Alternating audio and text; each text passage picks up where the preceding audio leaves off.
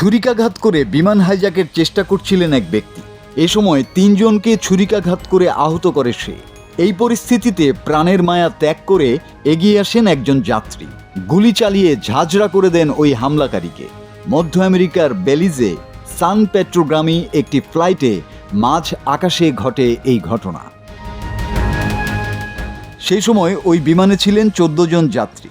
অভিযুক্ত ব্যক্তি বিমান হাইজ্যাকের চেষ্টা করলে বিমানের ভেতরে উত্তেজনা ছড়িয়ে পড়ে। আতঙ্কিত হয়ে পড়েন যাত্রীরা। ইতিমধ্যে সে ভিডিও প্রকাশ্যে এসেছে। জানা গেছে হামলাকারী ওই ব্যক্তির আনুমানিক বয়স ৪৯ বছর।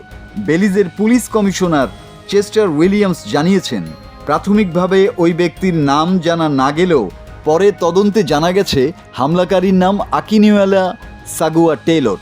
ওই ব্যক্তি কিভাবে বিমানে ছুরি নিয়ে উঠেছিল তাও এখনো স্পষ্ট হওয়া যায়নি। নিউ ইয়র্ক পোস্টের প্রতিবেদন অনুযায়ী বৃহস্পতিবার টপিক এয়ারের V3HIG বিমান করজাল থেকে বেলিজ সিটির উদ্দেশ্যে যাত্রা শুরু করে। বিমানটি নিয়মিত ওই পথে যাতায়াত করে বলে জানা গেছে।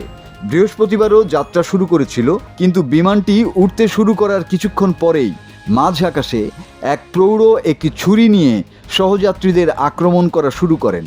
বিমান চালককেও হুমকি দিতে থাকেন।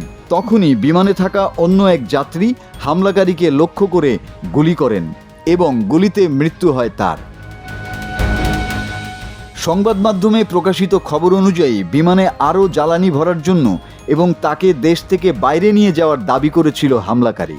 পুলিশ কমিশনার ওই যাত্রীর সাহসের প্রশংসা করেছেন, কারণ তার তৎপরতাতেই মাঝ আকাশে রেহাই মিলেছে বিমানের যাত্রীদের।